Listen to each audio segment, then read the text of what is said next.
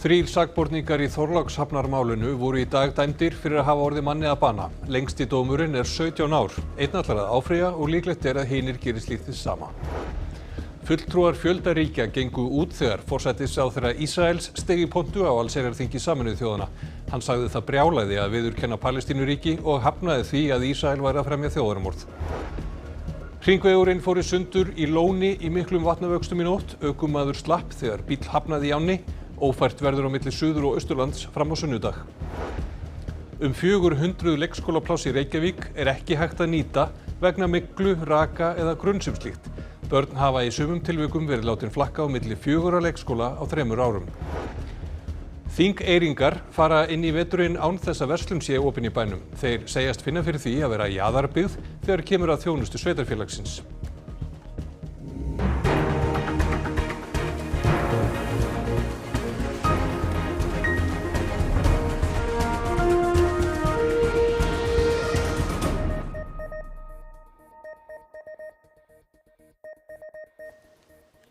Gott kvöld. 2 sakborningar í Þorlákshafnarmálinu fengu 17 ára fangelsisdóm og einn 14 ár fyrir að hafa numið mann á brott og ráðið honum bana. Verjandi eins þeirra segist hafa búist við þungum dómi. Dómurinn var kveðinn upp í Héraðsdómi Suðurlands í morgun. Sakborningar voru 5, 3 þeirra, Stefán Blackburn, Lúkas Geir Ingvarsson og Matthías Björn Erlingsson voru dæmdir fyrir að nema Hjörleif Hauk Guðmundsson brott af heimili hans í Þorlákshafni í mars, kúga af honum fé og svipta hann lífi. Stefán og Lúkas Geir voru dæmdir í 17 ára fangelsi og Matthías í 14 ár. Minn umbjóðandi fær vægasta dóminn af þeim 3 og það þarf bara að meta svona hverja forsendur eru á bak við þessari niðurstöðu. Já, mín viðbrögð eru þau að þetta er þyngra heldur en venja er fyrir.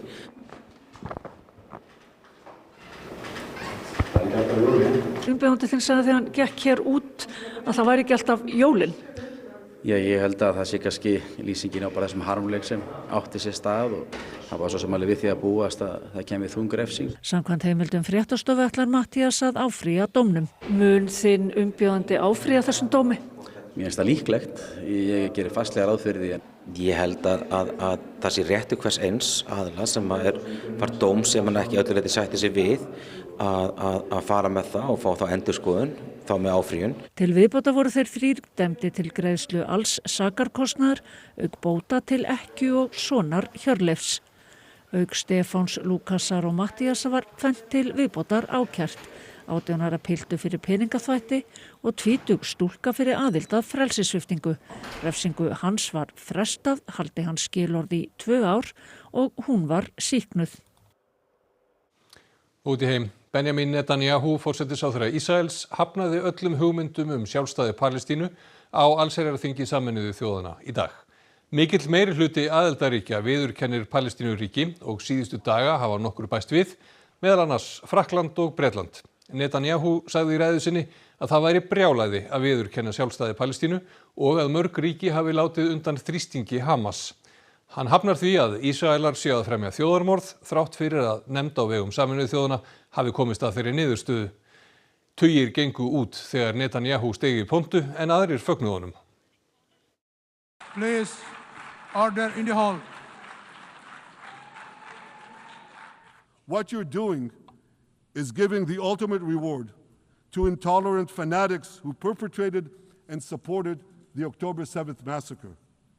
Giving the Palestinians a state 1 mile from Jerusalem after October 7th is like giving Al-Qaeda a state 1 mile from New York City after September 11th. This is sheer madness. It's insane, and we won't do it. So here's another message to those Western leaders. Israel will not allow you to shove a terrorist state down our throats. We will not commit national suicide because you don't have the guts to face down a hostile media and anti-Semitic mobs demanding Israel's blood. Og þúsundir komu saman við Times Square í New York í Bandaríkjunum til að mótmæla Netanyahu. Ekkert lát er á grimmdarverkum Ísraels hers á Gaza. 51 var drepinn í árásum í dag. Mótmælendur gengu fylktu liði að höfuðstöðvum Sameinuðu þjóðanna í New York. Á skiltum þeirra voru meðal annars kröfur vopnasölubann á hendur Ísraelum, að Ísraelar hætti að beita hungri sem vopni og að Bandaríkin hætti stuðningi við Ísrael. Búið var að koma fyrir stórum hátölurum að Gaza við landamærin að Ísrael, þar sem ræða Netanyahus ómaði. Meiri þungi hefur færst í árásir Ísraels hers í vesturhluta Gazaborgar. Samtökin læknar án landamæra tilkynntu í dag að þau þyrftu að hætta starfsemi í borginni. Sókn hersins setji starfsfólk og sjúklinga í of mikla hættu. Björgunarsveitir náðu fólki út úr húsarústum í dag. Palestínskur fréttamaður myndaði samskipti þessara tveggja drengja sem var bjargað úr rústum hús eftir loftárásir á flóttamannabúðir. Yngri drengurinn bendir þeim eldri á sár á fæti sínum en sá eldri grætur og veltir fyrir sér hvert foreldra hans hafi farið. Og aftur hingað heim. Miklir vatnavextir eru á Suðausturlandi og í nótt rauf Jökulsá í Lóni stórt skarð í þjóðveginn. Talsvert verk verður að laga skemmdirnar og líklega ekki hægt að opna fyrir umferð fyrr en á sunnudag. Það var ekki glæsileg sýn sem blasti við í birtingu. Skarðið sem Jökulsá í Lóni rauf í bæði varnargarð og svo þjóðveginn á milli Hornafjarðar og Djúpavogs 50 metra langt og ófært á milli Suður- og Austurlands. Straumurinn var svo öflugur að ekkert var hægt að gera fyrr en sjatnaði í ánni. Snemma í morgun slapp ökumaður með skrekkin þegar hann ók út í vatnið. Lokunarpóstar voru settir upp við Djúpavog og við Almannaskarð austan Hornafjarðar. Ferðamenn sem lentu innan lokunarinnar hættu sér að skarðinu í veginum. Ákveðið var að loka svæðinu því Jökulsáin nagaði sífellt meira af veginum og malbiksskánin var á lofti. Heimamenn dreifa að og þeir eru ekki ánægðir með hvernig varnargörðum er háttað og hvernig þeir beina straumum í ánni. Fyrir nokkrum árum var gerður varnargarður við brúna hér yfir Jökulsá í Lóni, en heimamenn vilja meina að þessi varnargarður geri ákveð ógagn. Hann á að verja brúna, en hann beinir líka ákveðnum ál í ánni í átt að veginum þar sem vegurinn hefur nú rofnað. Starfsmenn vegagerðarinnar segja hins vegar að brúin sé gömul og að undirstöðurnar standi ofan á trésstaurum. Hönnun garða miðist við að verja brúna, enda tæki langan tíma að koma á umferð ef hún gæfi sig. Þessi garður sem við tala er leiðigarður og hann er til þess að beina vatninu beint á brúna þannig að komi ekki á hlið og skemmi þá frekar undirstöðurnar. Síðan er vegurinn og varnargarðinum lægri hér á bakvið og það er einmitt til þess að vera þegar aðstæður eins og þessar eru að það rofni þar en ekki að brúin fari ekki. Ég reikna með að við getum byrjað seinnipartinn að laga til hérna og þá hinum megin við brúna en þetta verður ekki opnað fyrr en á sunnudaginn. Ég efast að það verði opnað fyrr en á sunnudaginn, vonandi á sunnudaginn. Óli Þór Árnason, veðurfræðingur, við sáum þessar myndir þarna frá Lóni sem voru teknar snemma í dag, en hvernig er staðan þarna núna? Er þetta búið í bili? Sko, úrkoman er að mestu leyti búin, en það hins vegar á eftir að skila sér þetta vatn til sjávar ennþá, þannig að það er ennþá nokkuð löng leið fyrir vatnið að fara og á meðan það þá verður hátt í, allavega þangað til í fyrramáli heldur með það fyrsta menn fara að sjá einhverja verulega lækkun á vatnsæð. Og það fylgir þessu skriðuhætta væntanlega? Já, eiginlega á öllu suðaustanverðu landinu. Það er allt orðið gegnum sósaða vatni, þannig að þá þarf oft ekkert mikið til þess að koma einhver á stað. Þannig að það er vissar að vera ekkert á, svona allan að stoppa ekki endilega undir bröttustu hlíðunum, myndum að segja. Er hægt að segja til hvar skriðuhættan er mest? Nei, hún er í raun bara eiginlega undir þessum bröttu hlíðunum undir Vatnajökli sérstaklega og það er austur af og það er minni hætta kannski eins og undir Eyjafjallajökli, Mýrdalsjökli. Það er ekki það nálægt veginum, en það er einna helst þegar kemur undir Vatnajökul þar austur af. En svo er þetta ekki alveg búið í bili, það er von á lægðum? Já, það er næsta lægð kemur hérna aðfaranótt mánudags með skil upp á landinu og þau fara nokkuð hratt yfir, en það verður býsna mikið vatnsveður og ágætlega hvasst í þeim líka. Nær líklega í stormstyrkum tíma. Einmitt. Fylgjumst með því á eftir. Takk fyrir þetta, Óli Þór.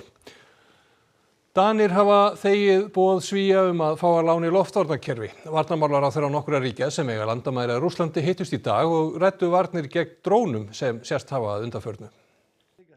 Varnarmálaráðherra Danmerkur sagði í gær að stjórnvöld íhuga að virkja 4. grein NATO-sáttmálans sem gerir aðildarríkjum kleift að taka mál upp við Norður-Atlantshafsráðið. Í dag sagði Lars Løkke Rasmussen utanríkisráðherra eftir fund utanríkismálanefndar að engar áætlanir væru að stíga það skref. Stjórnvöld væru þó í góðu sambandi við bandamenn í NATO. Lögregla hefur síðasta sólarhring fengið yfir 500 tilkynningar frá fólki sem telur sig hafa séð dróna á flugi. Meirihluti þeirra reyndist vera eitthvað annað eins og stjörnur á himni. Lögregla hvetur fólk til að senda inn myndir eða myndskeið af drónunum og láta ítarlegar lýsingar af þeim fylgja. Flugvelli Álaborgar var lokað í klukkustund í gærkvöld vegna gruns dróna í næsta nágrenni. Á blaðamannafundi lögreglunar í dag kom fram að lögreglumönnum hefði verið fjölga á dönskum flugvellum. Danir eru hvattir til að óttast ekki. Som borger er der ikke nogen trussel, man kan være helt tryg ved situationen. Det er nogle ting, som man skal være opmærksom på, som for eksempel cyberangreb, som jo selvfølgelig kan være irriterende, men ikke er farligt på den måde. Så det er at være, hvis man oplever noget, og det er jo især virksomheder for eksempel, der er udsat for cyberangreb, så skal man melde det ind. Det er det, der er det vigtigste. Varnarmálaráðherrar Búlgaríu, Eistlands, Finnlands, Danmerkur, Lettlands, Litháens, Póllands og Slóvakíu, auk fulltrúa Úkraínu, ræddu saman í dag mögulegar varnir gegn drónum. And at today's meeting we agreed to move from, let's say, discussions to concrete actions and we agreed on most important points that Eastern Flank Watch with the drone wall at its core and as some kind of priority for the moment will serve all the Europe. Alríkis saksóknari í Virginíu í Bandaríkjunum hefur gefið út ákæru á hendur James Comey, fyrrverandi forstjóra alríkislögreglunnar FBI. Hann ákærður fyrir að hafa logið að Bandaríkjaþingi og hindrað framgang réttvísinnar. Aðeins fáeinir dagar eru síðan Bandaríkjaforseti biðlaði opinberlega til dómsmálaráðuneytisins að ákæra Comey og fleiri pólitíska andstæðinga. Comey kveðst saklaus og hafa óbilandi trú á dómskerfinu. My family and I have known for years that there are costs to standing up to Donald Trump. But we couldn't imagine ourselves living any other way. We will not live on our knees, and you shouldn't either. My heart is broken for the Department of Justice, but I have great confidence in the federal judicial system, and I'm innocent. So let's have a trial and keep the faith. Leikskólabörn í Vesturbænum hafa verið látin flakka á milli 4 leikskóla vegna myglu og raka og annarra vandamála. Framkvæmdir í leikskólunum hafa tafist og foreldrar eru langþreyttir á hringlandahætti og áætlunum sem standast ekki. En einum leikskóla í Reykjavík var lokað í vikunni, Barónsborg í miðborginni. Gerð var úttekt á húsnæðinu og ákveðið að fara í viðhald og endurbætur, setja upp loftræstikerfi og endurnýja gólfefni. Talið að þetta taki 1 til 2 mánuði. Börnin á Barónsborg þurfa því að flytja tímabundið í Ármúla 28 til 30 sem var upphaflega hannað fyrir skrifstofur en hefur gegnt hlutverki í 4 mismunandi skóla síðustu ár. Þá var vistun á Barónsborg tímabundin lausn fyrir börn úr Hagaborg sem var lokað í ágúst. Í aðalbyggingu Hagaborgar var komin tími á viðhald og endurnýjun samkvæmt upplýsingum frá Reykjavíkurborg. Einhver barnanna í Hagaborg koma upphaflega af Grandaborg sem var lokað haustið 2022 meðal annars vegna skúlpmengunar. Þetta þýðir að börn sem hófu leikskólagöngu sína í Grandaborg eru að fara í 4. leikskólan á 3 árum. Ef ég set mig í þeirra spor þá náttúrulega þetta bara rosalega leiðileg staða sem upp komin og ég get alveg mjög mikið fundið til með því. Fleiri dæmi tilfærslur af þessu tagi. Foreldrar hafa verið boðaðir á fund með fulltrúum borgarinnar í næstu viku og vilja ekki tjá sig að svo stöddu.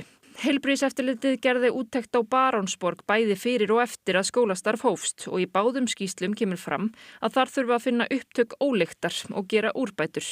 Var forsvaranlegt að hleypa börnum þar inn í haust? Áður en að börnin úr Grandaborg, Hagaborg, Barónsborg fara þar inn, þá var þar starfandi leikskóli sem heitir Klambrar, þar sem voru að stækka þann leikskóla. Á meðan þau voru þar, þá var ekkert sem gaf kynni til þess að það væri eitthvað sem væri athugavert. Þannig að við bjóðum upp á það pláss í góðri trú. Framkvæmdir á Grandaborg eru langt komnar. Foreldrar í hverfinu eru þreyttir á hringlandahættinum. Þá framkvæmdum ítrekað frestað með tilheyrandi óvissu. Grandaborg átti upphaflega að opna núna í haust. Því var síðan frestað til desember. Guðni segir alltaf óvissu fólgna í verkefnum sem þessum. Að auki fóru verktakin í þrot.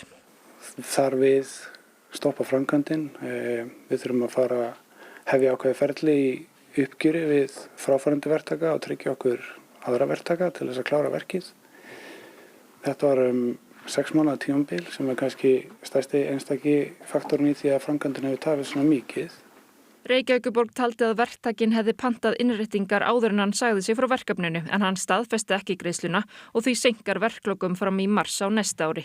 Við erum búin að endurskoða okkar áætlanir með þetta allt í huga og til að það sé vel raunhæft.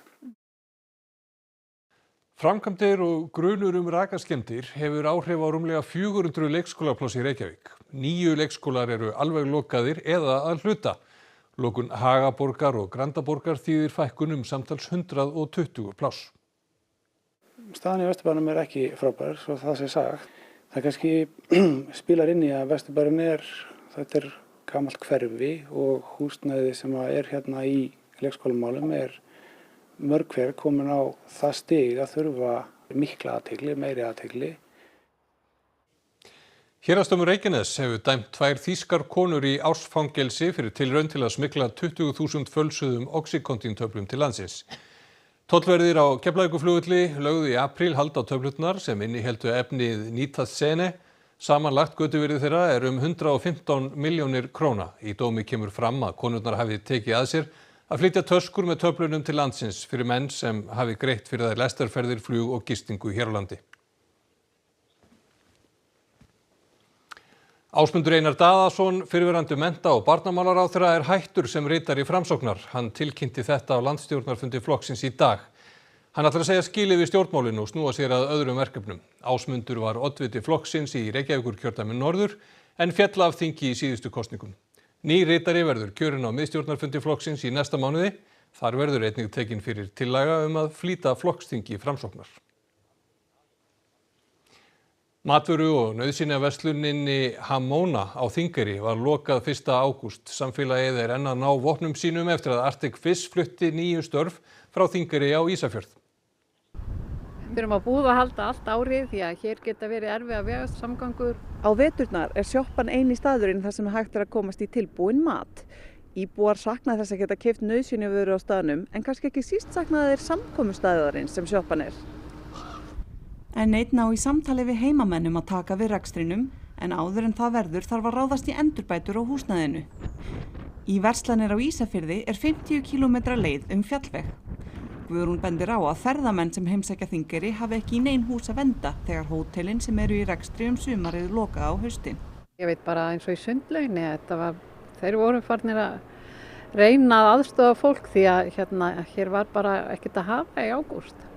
Þá fór ákvörðun Arctic Fish flutning starfa á Ísafjörð öfugt ofan í Þingeyringa, enda fer stór hluti eldis fyrirtækisins fram í Dýrafirði. Það þungi okkur og við erum sár. Sigmundur segir það ekki framtíðarlausn að starfsmennirnir keyri til Ísafjarðar á hverjum degi. Það gæti haft flutningi fyrir með sér, fólk fari. Þetta fólk einhverjir eru sjúkraflutningamenn, minnst til 2 manneskjur, það er slökkvilistjóri. Við bara megum ekki við að missa einn einasta. Áður höfðu togarar á Þingeyri 8.000 tonna kvóta. Nú séu þar 10.000 tonn af laxeldi. Og það er blóðugt. Það skuli ekki vera peningur. Koma peningur inn til Þingeyrar. Þingeyri er sá byggðakjarni í Ísafjarðarbæ sem fjarstur er miðstöð stjórnsýslunar. Og Sigmundur segir íbúa að finna fyrir því þegar þeir þurfa þjónustu sveitarfélagsins. Og þá finnst okkur stundum dálítið langt frá Ísafjarði til Þingeyrar. Maður bara býður eftir að hér komist á heimastjórn og við höfum talsmann inn í bæjarapparatinu. Þrátt fyrir áföll sumarsins segir Guðrún skýr merki kraft í samfélaginu. Þar séu rekin hótel og kaffihús á sumrin og samfélagið sé samheldið. Þessi sundlaug er aldrei menningarkjarni fyrir bæinn. Algjörlega. Við hittum hér á morgnana, spjöllum saman, gott stuð. Höfundur að breytingum sem til stendur að gera á elsta húsinu við Laugaveg segir ástandið á húsinu ekki gott en allt sem reynist heilligt verði notað. Minjastofnun hefur óskað eftir skýringum á því hvers vegna framkvæmdir voru heimilaðar án þess að stofnunin hafi veitt umsögn. Húsið á Laugavegi 1 er elsta hús götunnar og eitt elsta hús borgarinnar byggt 1848 sem veglegt íbúðarhús en hefur frá því upp úr 1900 verið verslunarhús. Húsið er friðlýst sem er efsta stig friðunar. Það hefur á tæpum 2 öldum gengið í gegnum ýmiss konar breytingar. Eigandi húsins hyggst fara í endurbætur á húsinu og arkitektin sem annast verkið segir að stefnt sé að því að gera húsið eins upprunalegt og hægt er. Það verður verslunarhúsnæði áfram ásamt gistirjum og efrihæð og verslun í kjallara. Þannig að aðal verslunin verður gamla húsið með byggingu fyrir aftan líka. Pétur Ármannsson, sviðsstjóri hjá Minjastofnun, segir hlaðin sökkulhússins upphaflegan og töluvert að við í risi hússins, þakgur og fleira sé heillegt. Davíð segir að sökkulhleðslan muni sjást betur eftir breytingarnar en að ástandi á húsinu sé ekki gott og í skýrslu sem Páll Bjarnason arkitekt vann 2016 segja að það sé nánast allt ónýtt, gaflarnir séu farnir, framhliðið margbreytt, stór hluti baklegar farin, þakið breytt og milliveggir farnir. En risið? Risið er bara geymsluloft í dag. En ástandi á því, sko? Það er ekki gott, en við vitum ekki alla söguna, þannig að eins og kemur fram í byggingalýsingunni hjá okkur, þá ætlum við að fara yfir þetta með Minjastofnun og það er tekið fram skýrt að Minjastofnun spilar stóra rullu, þannig að það sé tekið fram. Enda er það lögbundið? Þetta er lögbundið og þá sjáum við hvað er heilt og þá förum við að leika okkur með þá heillugu hluti sem eru til staðar og nýtum það inn í næsta skref hönnunar. Byggingafulltrúinn Reykjavík samþykkti fyrir 2 vikum að rífa með í húsi að hluta og endurgera framhús, stækka með viðbyggingu baka til, innrétta verslun í kjallara og jarðhæð. Með því hafi fylgt umsögn skipulagsfulltrúa og umsögn Minjastofnunar frá því í maí 2022. Sviðsstjóri Minjastofnunar sagði fréttum okkar í vikunni að það hefði komið á óvart að heyra af afgreiðslu byggingafulltrúa, svo umsögn sem vísa var til hefði verið veitt á fyrirspurnastígi og ekkert erindi hefði borist til umsagnar breytingar. Minjastofnun óskar eftir skýringum á málsmeðferðinni og að ekkert verið aðhafst á meðan. Við hörmum það að það er eitthvað sem við höfum gert sem hefur ekki verið rétt, en við höfum alltaf unnið mjög vel með Minjastofnun öll þau ár sem ég hef verið í starfi sem arkitekt og ætla mér að gera það áfram. Þannig að ég gerir ráð fyrir að við munum fara yfir þetta eins og öllunum mála og klára þau. Eitt ástsælasta gamanleikrit allra tíma, Jónsmessu nætur draumur Shakespeares, lifnar við á fjölum Tjarnarbíós í kvöld. Og Anna Lilja Þórisdóttir fréttamaður er mætt á frumsýninguna, ekki satt? Jú, ég er svo sannarlega mætt þangað. Nú hér á sviðinu á bakvið mig er hópur af ungu fólki og sumir að stíga sín fyrstu skref á leiklistabrautinni og þau eru að setja hér upp hátt í 500 ára gamalt verk. En í þessum hóp eru Kristín og Sigríður sem auk þess að leika í verkinu eru líka að setja það upp. Af hverju Shakespeare? Af því að Shakespeare er svo skemmtilega skrif. Þessi þýðing eftir Þórunn Eldjárn er alveg einstaklega skemmtileg og djúsi og þetta er mjög skemmtilegu söguþráður og bara geggja leikrit. En það var ekki alveg verið að semja þetta í gær á Shakespeare erindi. Alltaf. Það eru þessar spurningar sem að hann spyr, þessar mannlegu spurningar. Já, og mannlegt eðli sem við menn það að velta fyrir okkur. Ég meina ástin. Ástin. Ég held að það er enginn búin að finna út í hvernig ástin virkar 500 árum setna. Við erum ennþá að velta fyrir okkur af hverju er hún svona, af hverju látum við svona þegar við erum ástfangin kannski. Akkurat. Og ætlið þið að vera þeirri spurningu svarað, hver er ástin? Ég held já, að við reynum að svara, nei. Ég held að leikhúsið rýni frekar í spurninguna frekar en að svara henni. Já, frekar en að svara henni, en ég held að við samt trúum öll hér á ástina.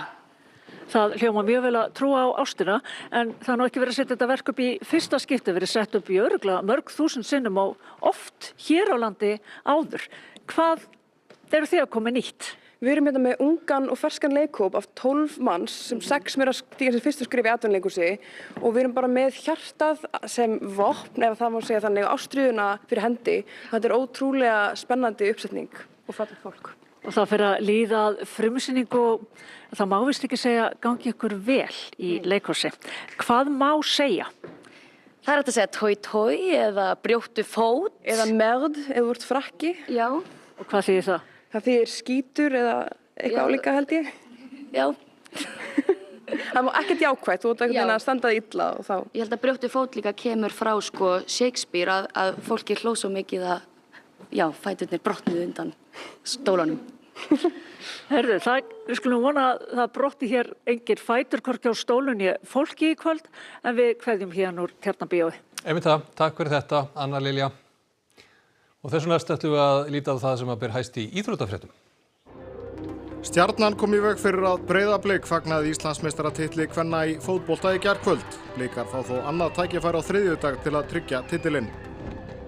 Ræðst á morgun hvort það verði HK eða Keflavík sem fylgja Þór upp í bestu deild karla í fótbolta á næstu leiktíð. Og svo hittum við fyrir skylmingamanninn Andra Nikolaisson Matev sem meðal 100 bestu skylmingamönnum í heimi með höggsverð. Þetta og fleira í íþróttum hér eftir fréttir. Og þá ekkert eftir nema að rifja upp það sem var helst í fréttatímanum. 3 sakborningar í Þorlákshafnarmálinu voru í dag dæmdir fyrir að hafa orðið manni að bana. Lengsti dómurinn 17 ár, einn ætlar að áfrýja og líklegt að hinir geri slíkt hið sama. Fulltrúar fjölda ríkja gengu út þegar forsætisráðherra Ísraels steig í pontu á allsherjarþingi Sameinuðu þjóðanna. Hann sagði það brjálæði að viðurkenna Palestínuríki og hafnaði því að Ísrael væri að fremja þjóðarmorð. Hringvegurinn fór í sundur í Lóni í miklum vatnavöxtum í nótt. Ökumaður slapp þegar bíll hafnaði í ánni. Ófært verður á milli Suður- og Austurlands fram á sunnudag. 400 leikskólapláss í Reykjavík ekki hægt að nýta vegna myglu, raka eða grunns slíkt. Börn hafa í sumum tilvikum verið látin flakka á milli 4 leikskóla á 3 árum. Þingeyringar fara inn í veturinn án þess að verslun sé opin í bænum. Þeir segjast finna fyrir því að vera jaðarbyggð þegar kemur að þjónustu sveitarfélagsins. Þessi fréttatími tæmdur en allar nýjustu fréttir birtast á ruv.is. Ef þú lumar á fréttaskoti má senda það á fréttir@ruv.is. Þökkum ykkur samfylgdina í dag, njótið helgarinnar og verið sæl.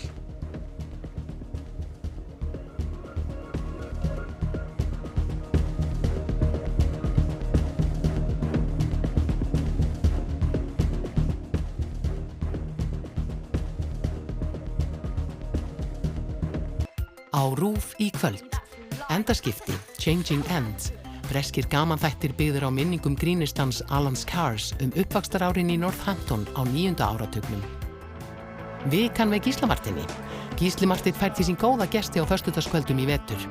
Farið yfir helstu atburði vikunar og brakandi fersk tónlist kemur landsmönnum í helgarstemninguna.